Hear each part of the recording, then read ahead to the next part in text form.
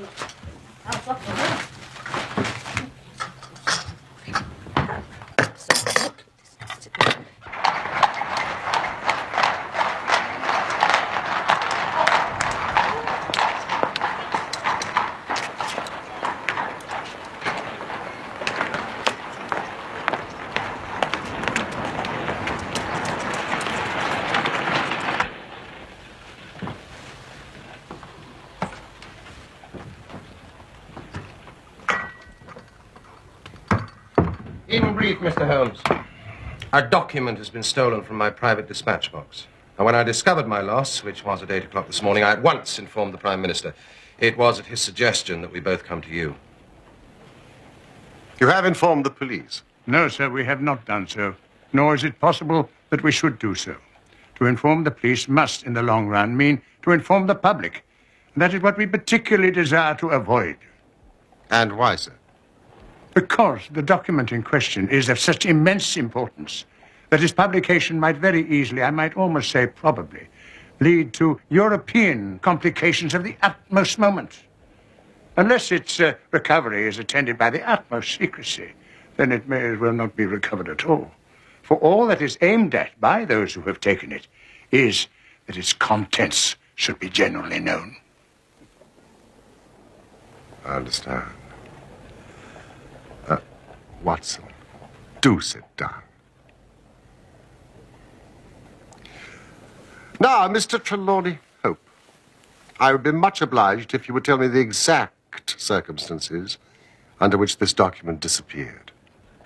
As Secretary of State for European Affairs, I received the letter 6 days ago. It was a letter from a foreign potentate, you understand.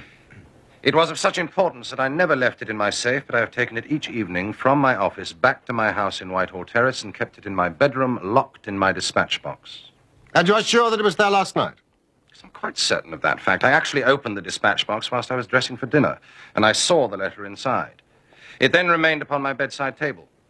Both my wife and I are light sleepers and are prepared to swear that no one could have entered the room during the night, and yet this morning the paper is gone.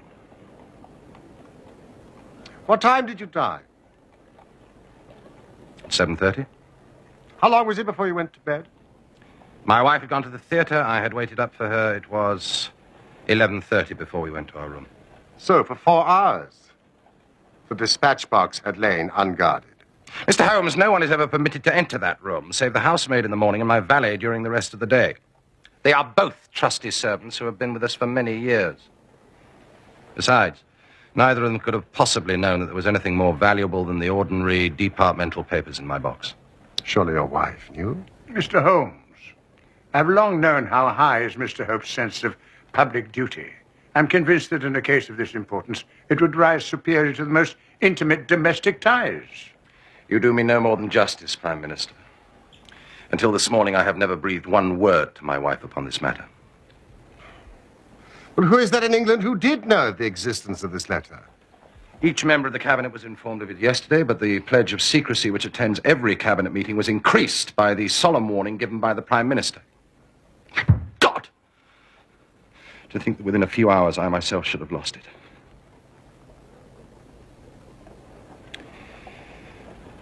Besides the members of the Cabinet, there are 2, possibly 3 departmental officials who know of the letter. No one else in England, I assure you. But abroad? I believe that no one abroad has seen the letter except the man who wrote it. I am well convinced that his ministers, that the usual official channels have not been employed in this case. Now, sir, I must ask you more particularly what this document is and why its disappearance should have such momentous consequences. Well, Mr. Holmes, the envelope is a long, thin one of pale blue color. There is a seal of red wax stamped with a crouching lion. It is addressed in large, bold handwriting. Interesting and indeed essential as these details are, my inquiries must go more to the root of things. What was the letter? It is a state secret of the utmost importance, which we cannot tell you, nor do I see that it is necessary. If by the powers which you are said to possess you can find such an envelope as I've described with its enclosure, then you will have deserved well of your country and earned any reward which it is within our power to bestow. Gentlemen, you are two of the most busy men in the country. And in my own small way, I have a good many calls upon me. I regret exceedingly that I am unable to help you in this matter. And any continuation of this interview would be a waste of time.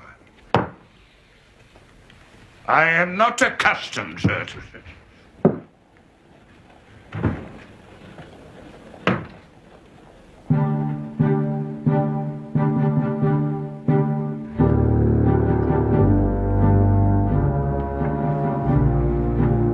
Mr. Holmes, we must accept your terms. No doubt you are right, and it is unreasonable for us to expect you to act unless you have our full confidence.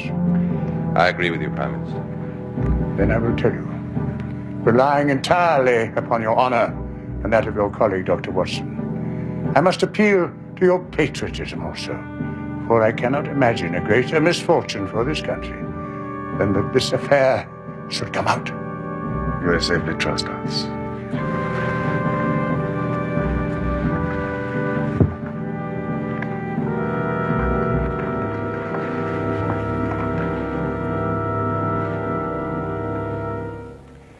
The letter, then, is from a certain foreign potentate who has been ruffled by some recent colonial developments of this country. It is written hurriedly and upon his own responsibility entirely. At the same time, it is couched in so unfortunate a manner that its publication would undoubtedly lead to the most dangerous feeling in this country. There would be such ferment, sir, that I do not hesitate to say that within a week of the publication of this letter, this country would be involved in a great war. And it is this letter which may well mean the expenditure of £1,000 million and the lives of 100,000 men.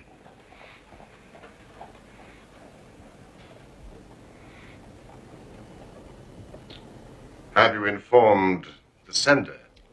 A cipher telegraph has been dispatched. Perhaps he desires the publication of the letter. No, Doctor, we have strong reason to believe that he already understands that he has acted in an indiscreet and hot-headed manner. It would be a far greater blow to him and his country than to us if this letter were to come out. If this is so, in whose interest is it that the letter should come out? Why should anyone desire to steal it and to publish it? And there, Dr. Watson, you take me into the realms of high international politics. But if you consider the European situation, you will have no difficulty in perceiving the motive. The whole of Europe is an armed camp. Great Britain holds the scales. If Britain were driven into war with one confederacy, it would assure the supremacy of the other, whether they were joined in the war or not. So it is the enemies of this potentate who want to secure and publish this letter so as to make a breach between his country and ours? Yes, sir. And to whom would the document be sent if it fell into the wrong hands? To any of the great chancelleries of Europe. It is probably speeding its way thither at this present instant as fast as steam can take it. It is your misfortune, my dear fellow. No one can blame you. There's no precaution which you've neglected.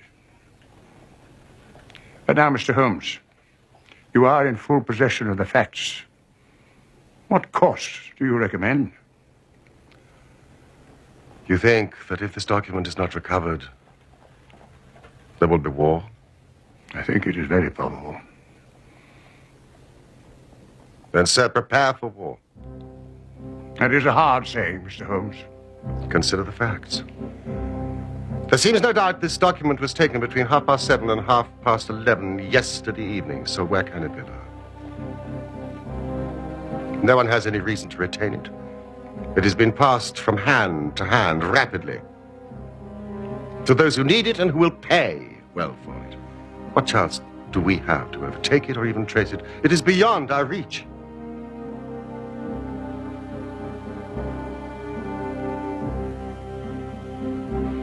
What you say is perfectly logical, Mr. Holmes. I feel that the matter is indeed out of our hands. Meanwhile, hope. We cannot ignore all our other duties on account of this one misfortune.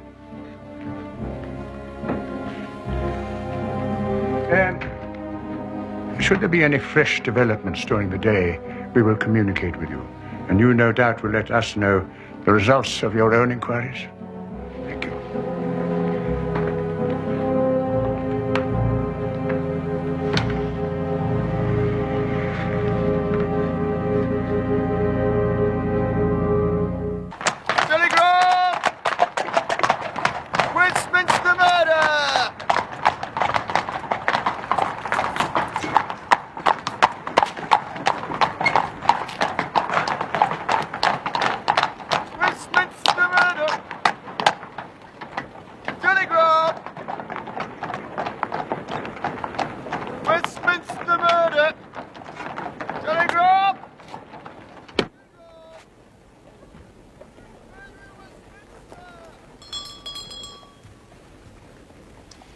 The situation is desperate, but not hopeless. There are only 3 men capable of playing so bold a game: Oberstein, La Rothiere, and Eduardo Lucas. Even now, if we could be sure which one of them has taken it, it is just possible that it does not pass out of their hands. It's a question of money with these fellows, isn't it? And we have the British Treasury behind us. Oh, if it's on the market, I'll buy it. If it means another penny on the income tax. Come in. Excuse me, Mr. Holmes. Mrs. Hudson, what is it? Lady Hilda Trelawney Hope. Show her in.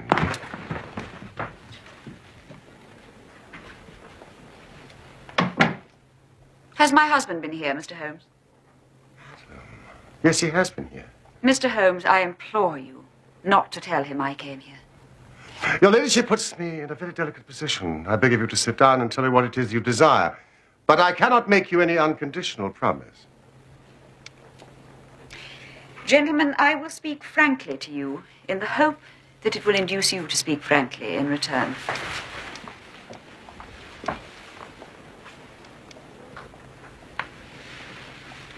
There is complete confidence between my husband and myself in all matters except one.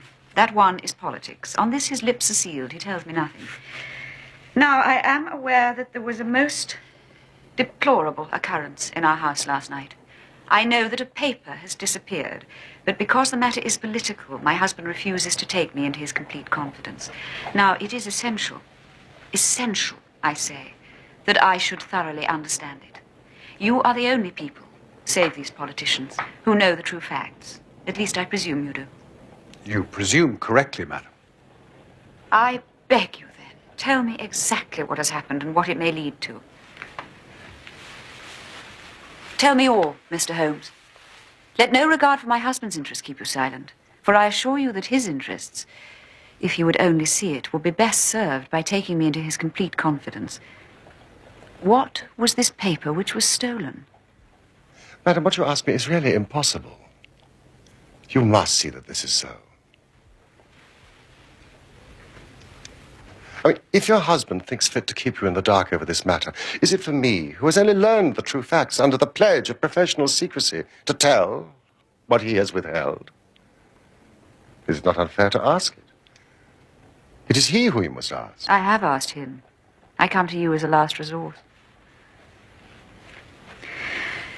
But without your telling me anything definite, you may do me a great service if you would enlighten me on one point. What is it, madam? Is my husband's political career likely to suffer through this incident? Well, let me say that if it is not put right, it may have a very unfortunate effect. Oh.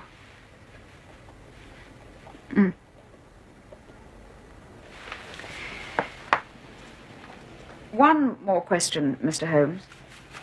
From an expression which my husband dropped in the first shock of the disaster, I understood that terrible public consequences might arise from the loss of this document.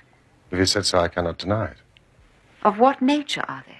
There again, you ask me more than I can possibly answer.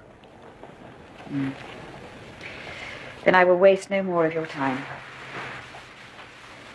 I cannot blame you, Mr. Holmes, for refusing to speak more freely.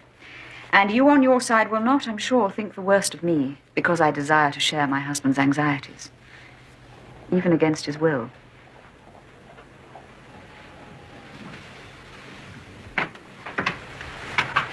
Once more, I beg you will say nothing of my visit. I say, what a really remarkable and beautiful woman. The fair sex is your department, Watson. What did you really want? Surely her own statement was clear and her anxiety very natural. Think of her appearance, Watson. Her manner, her suppressed excitement, her restlessness, her tenacity in asking questions. Remember, she is the youngest daughter of the Duke of Belminster and comes of a caste that does not lightly show emotion. She was certainly much moved. And you observed, of course, how she maneuvered to have her back to the light.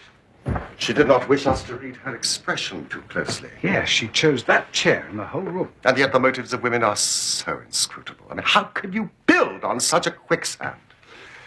Their most trivial action may mean volumes, or their most extraordinary conduct may depend upon a hairpin or a curling torn. Yeah. Good morning, Watson. You off then?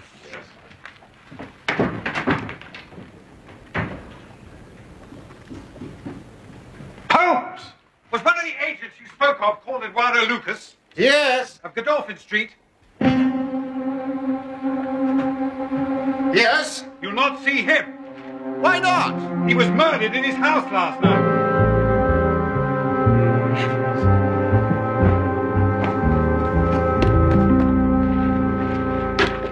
Does it say murder? Murder in Westminster. Crime of a mysterious character. Eduardo Lucas, unmarried, 34, well-known in society circles on account of his charming personality.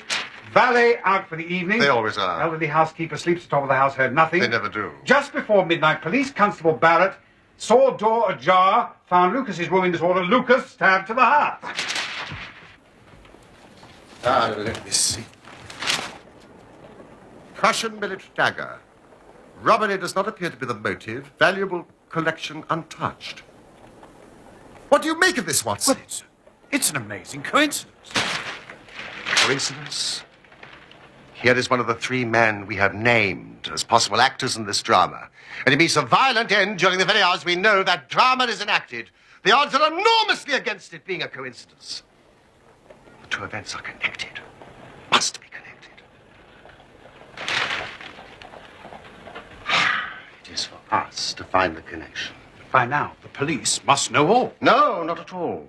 They know all they see at Godolphin Street. They know and shall know nothing of Whitehall Terrace.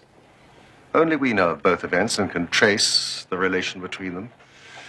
It is with the late Eduardo Lucas that the solution to our problem lies. But it is a capital mistake to theorize in advance of the facts. Do you stay here, my good Watson? I will join you when I'm able.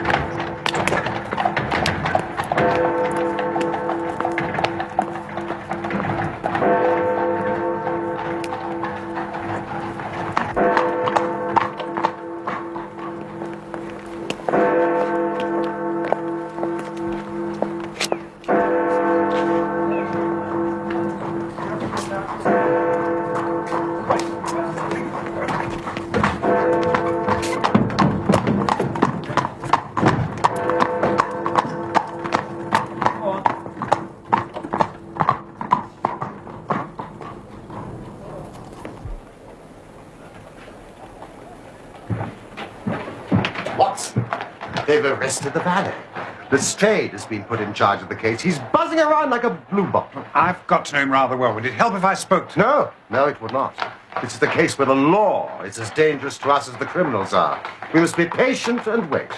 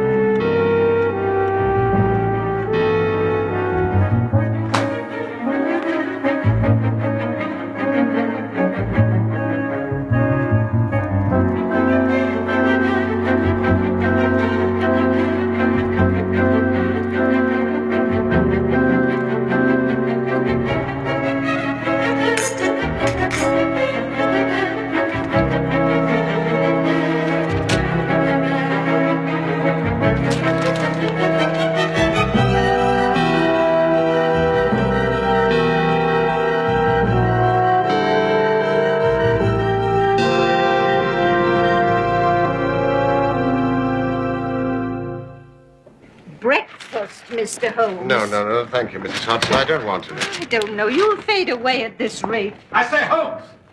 They've found the murderer.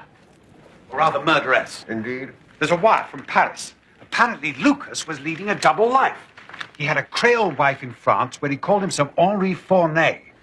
The woman was reported to the police yesterday by her servants. She is quite insane, a mania of a dangerous and permanent form. Poor woman. But listen to this. The same woman was seen in the neighborhood of Godolphin Street on the night of the murder and later made an emotional scene at Charing Cross Station. Now, what do you think of that? Oh, my dear Watson, you are so long-suffering. If I've told you nothing over these last few days, it's because there is nothing to tell. Even now, this report from Paris doesn't help us much. Well, surely it's final as regards Lucas's death. The man's death is a mere incident, a trivial episode in comparison with our real task, which is to trace the document and save a European catastrophe. Now, if the letter were loose... No, it cannot be loose. But if it isn't loose, where can it be? Who has it? Why is it held back? Well, if Lestrade found it amongst Lucas's papers, he's not such a fool as to announce it. He would inform the Chief Commissioner. The Chief Commissioner would inform the Home Secretary, and he, in turn, the Prime Minister. No, it's not among Lucas's papers. But why is it held back? That is the question which beats in my brain like a hammer. Was it a mere coincidence that Lucas should meet his death on the night when the letter disappeared? Did it ever reach him? Has this mad wife of his taken it with her to Paris? If so, is it in her house in Paris? Should I go to Paris? That would alert the French police. Now, every man's hand is against us. And yet, the interests at stake are colossal. You know, should I bring this to a successful conclusion, it will certainly represent the crowning glory of my career. Holmes! Go!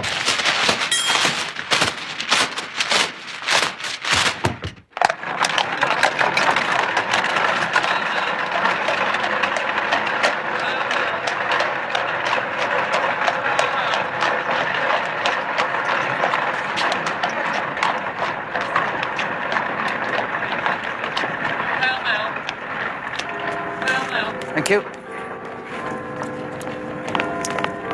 There you go, Gov. Thank you. Mr. Holmes! Dr. Watson!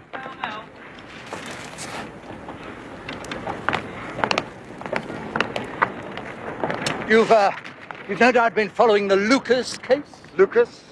Lucas. Ah, yes, the name does seem familiar to me. Eduardo Lucas. Found murdered last Tuesday night at his house in Godolphin Street. Rather a distinguished gentleman. Student of international politics and a remarkable linguist, so they say. I've been in charge of the case, matter of fact. Not an easy task by any means. Some delicate problems, you understand. But with the aid of our French friends, I've been able to bring the case to a satisfactory conclusion. All the loose ends tied up. Oh, we've got it clear as if we'd seen it. Well, congratulations, Lestrade. Another feather in your cap. Thank you. Yes, indeed. Before you go, Mr. Holmes, it's a mere trifle, but the sort of thing you've taken interest in. Queer, you know, what you might call freakish. It has nothing to do with the main fact. Can't have on the face of it. What is it, then? Well, if you gentlemen could come down to Godolphin Street, I think I could explain it better on the spot. For a few minutes, perhaps? Oh, good. It's only just round the corner. Thank you, cabby. Keep the change.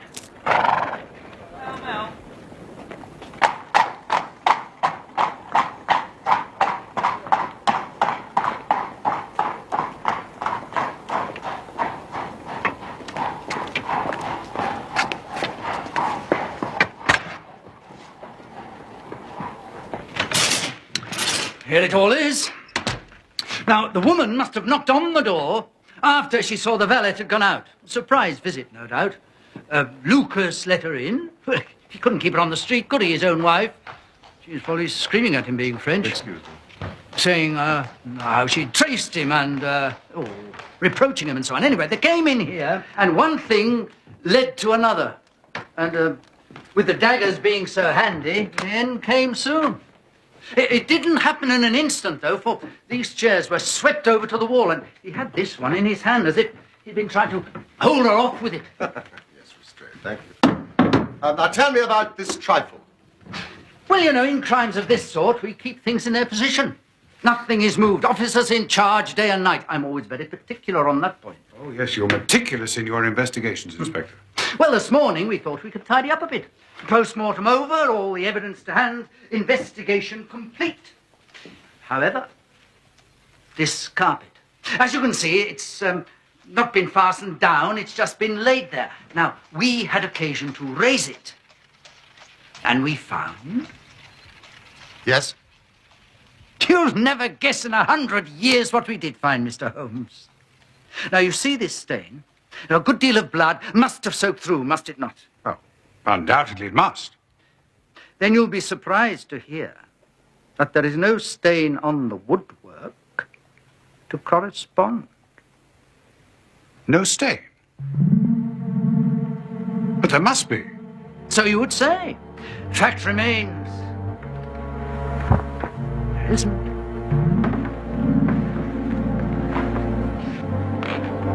But the underside is as stained as the upper. It must have left a mark. Now I will show you the explanation. There is a second stain, but it does not correspond with this one.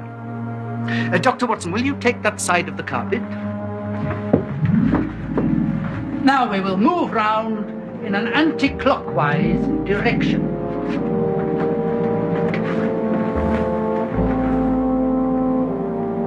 What I want to know is, Mr. Holmes, who shifted the carpet and why?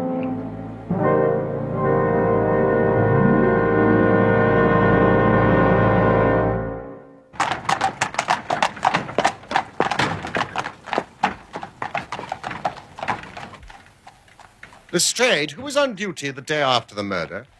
The day after. Macpherson. He's out there now. Take my advice, examine him carefully. I'll get him. Don't do it before us. We'll wait here. Tell him you know someone has been here. Press him. Tell him a full confession is his only chance of forgiveness. Do exactly as I tell you. But George, if he knows, I'll have it out of him. What? Quick, the tape.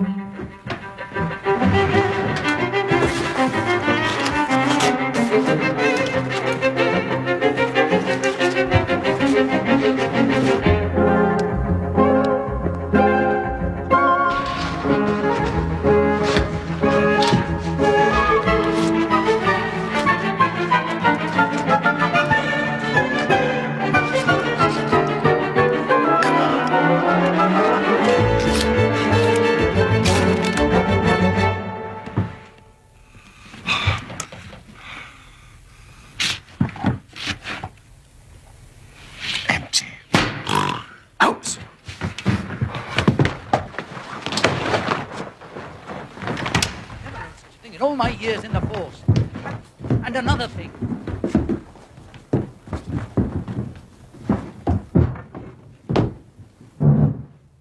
In here, Constable. Macpherson, how's the family? Very well, thank you, sir. Well, come on, out with it. Let these gentlemen hear of your inexcusable conduct. Well, I meant no harm, sir, I'm sure. This young woman came to the door answering an advertisement about typewriting. It was mistook the house, she said. Well, we got talking, sir. You know how it is. It's a bit lonely when you're out there on duty all day. What happened, Macpherson? Well, sir, we got talking about the crime. She had read about it in the paper, she said, and wanted to see what it was done. So I saw no harm in letting her have a wee keek. She got just about in the door there, spotted that mark in the carpet, and down she dropped on the floor and lay for dead. And no wonder. Go on, Macpherson. Well, sir, I was away around at the ivy plant for some brandy, and by the time I had brought it back, the young woman had... Well, she wasn't here anymore. She had recovered and was off. But ashamed of herself as like as not, and dared to not face me.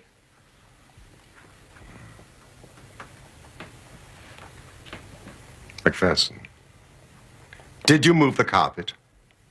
No, sir, I only straightened it out. You see, she'd fell on it, and the polished floor being slippery. Let that be a lesson to you, Constable, that you can't deceive me. No doubt you thought your breach of duty would never be discovered. Yet a mere glance at that carpet was enough to convince me that someone had been admitted to this room. Lucky for you, my man, that nothing's missing. Otherwise, you'd find yourself in Queer Street. That'll do. Watson, what are we doing here? We have work elsewhere, not a feather in your cap, Lestrade. Oh, thank you, Mr. Holmes.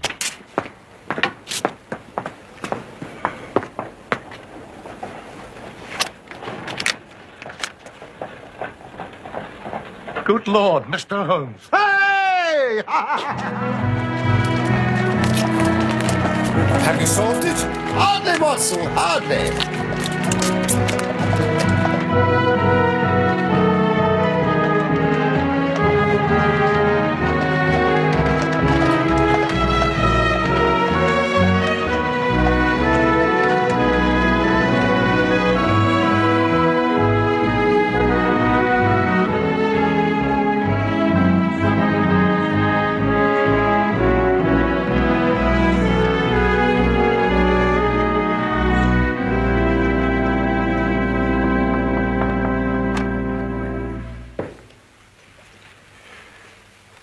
Two gentlemen wish to speak to you, milady. They do not have an appointment. Who are they, Bates? Mr. Sherlock Holmes and a Dr. Watson, milady.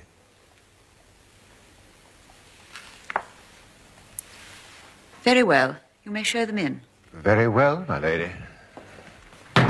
Excuse me. Mr. Holmes and Dr. Watson, my lady. Mr. Holmes, this is surely most unfair and ungenerous on your part. I have desired, as I have explained, to keep my visit to you a secret, and yet you compromise me by coming here and so showing there are business relations between us. Unfortunately, madam, I have no possible alternative. I've been commissioned to recover an immensely important document. I must ask you, therefore, to be kind enough to place it in my hands. You insult me, Mr. Holmes. Do not ring, Lady Hilda. If you work with me, I can arrange everything. If you work against me, I must expose you. You're trying to frighten me. It's not a very manly thing, Mr. Holmes, to come here and browbeat a woman. You say you have something to tell me. Very well, I give you 5 minutes. Well, one is enough, Lady Hilda. I know of your visit to Eduardo Lucas, of your giving him this letter, of your ingenious return to the room on the evening after the murder, and of the manner in which you took this letter from his hiding place under the carpet. I have kept this because I thought it might be useful.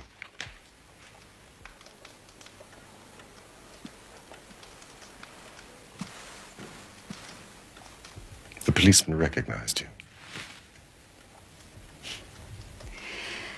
Once again, Mr. Holmes, I tell you, you're under some absurd illusion. Oh, I am so sorry, Lady Hilda. I have done my best. But I see that I'm in vain. Is Mr. Trelawney Hope at home? He'll be back at 12:30, sir. Then we have a quarter of an hour. We will wait here.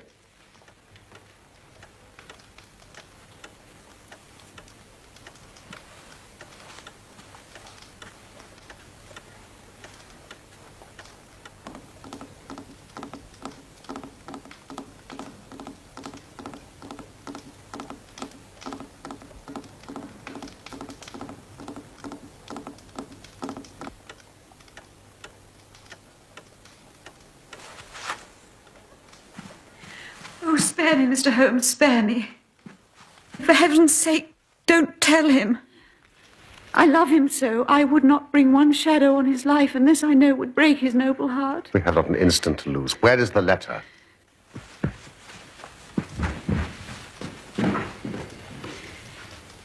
Here it is. Wish to heaven I'd never seen it. And the dispatch box? With my husband. Wherever he goes, he takes it with him. We have only a few minutes left. Now, Lady Hilda, I'm going far to screen you.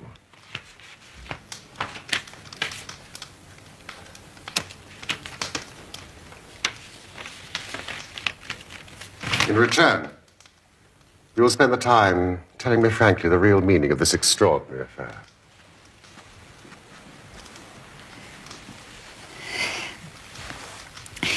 It was on the afternoon of that day, that terrible day. The day Eduardo Lucas was murdered? Yes.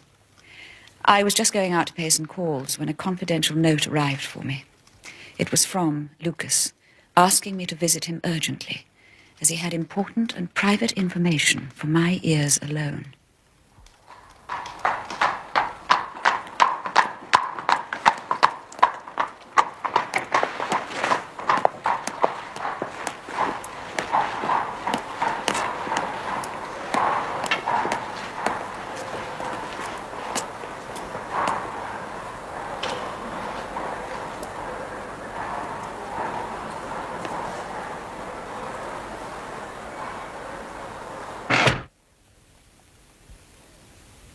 He had obtained, in some way, a letter of mine, Mr. Holmes.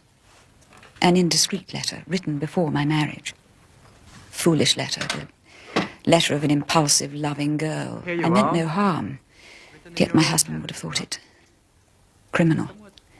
Had he read that letter, his confidence would have been forever destroyed. It's years since I wrote it. I thought the whole matter was forgotten.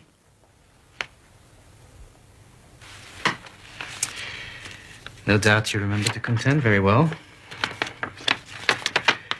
Very sprightly, I must say. Very sprightly. You make a charming correspondent. What do you want with me, Mr. Lucas? May I have my letter back, please? Of course you may, Lady Hilda. But this is a very valuable piece of paper, would you not agree? I'm sure if it was laid before your husband, he would hardly fail to appreciate the contents. You're a blackmailer. A businessman, Lady Hilda. This is purely a business transaction on my side. I can assure you I wish no ill to you or your husband. How much money do you want for that letter, Mr. Lucas? Let's not speak of money, madam. My business is not so simple as that. Well, the matter is an easy one.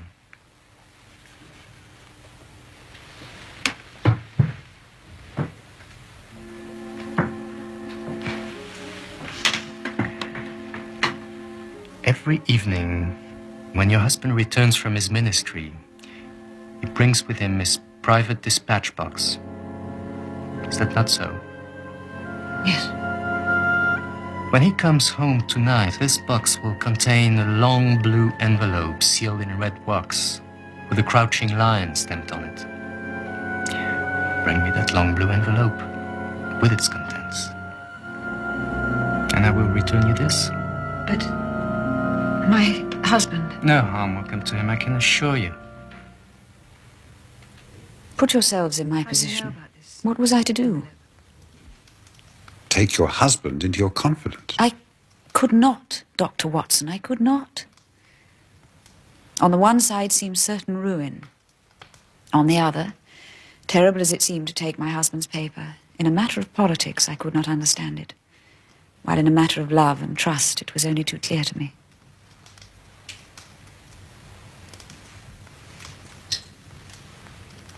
I did it, Mr. Holmes. I did it. I invented a story about going to the theatre.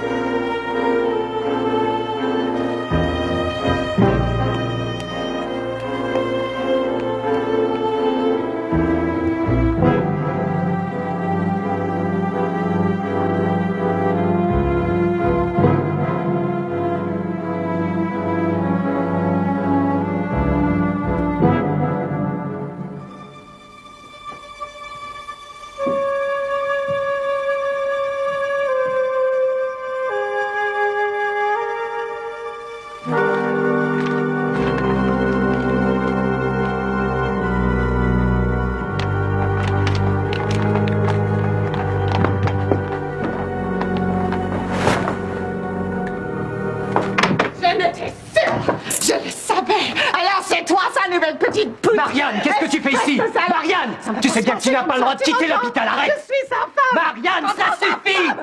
Je t'apprends de me toucher, ne m'en touche pas! Est-ce que tu vas arrêter? J'en ai assez depuis longtemps! Je t'ai pas donné!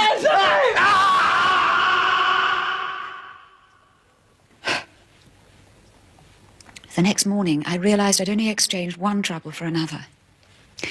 I followed my husband to Baker Street and then came to you myself in order to understand the full enormity of the offence. I alone in the world knew where the paper was hidden. My whole mind was turned to the one thought of getting it back. What I did, and here he is now. Any news, Mr. Holmes? Any news? I have some hopes. This is a matter of politics, my dear. We shall not be long.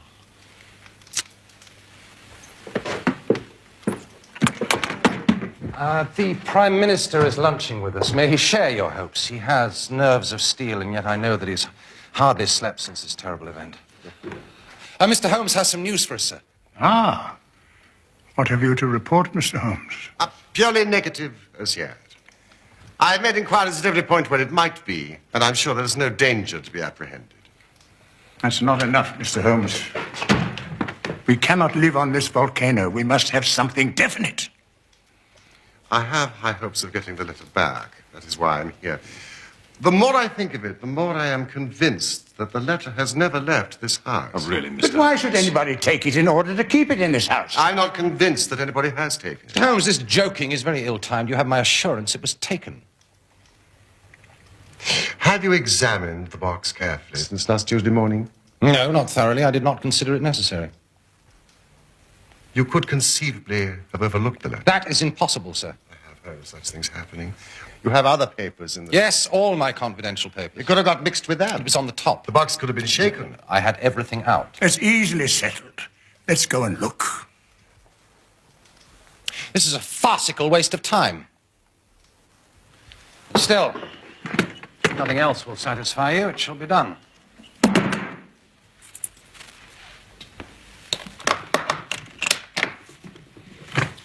Here you are, all my confidential papers, as you can see.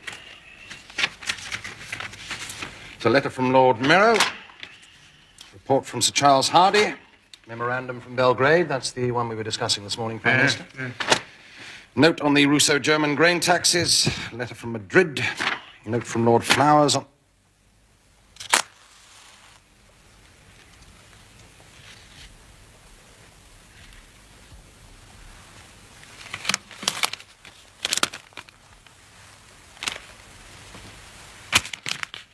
Yes, this is it.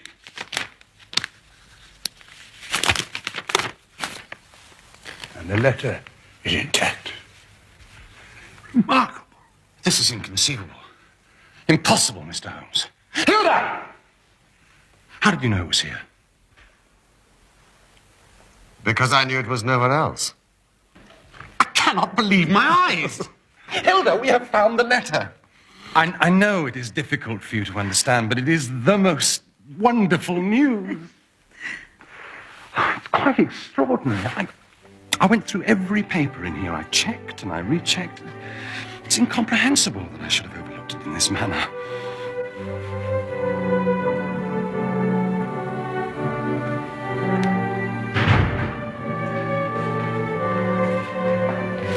Oh, gentlemen.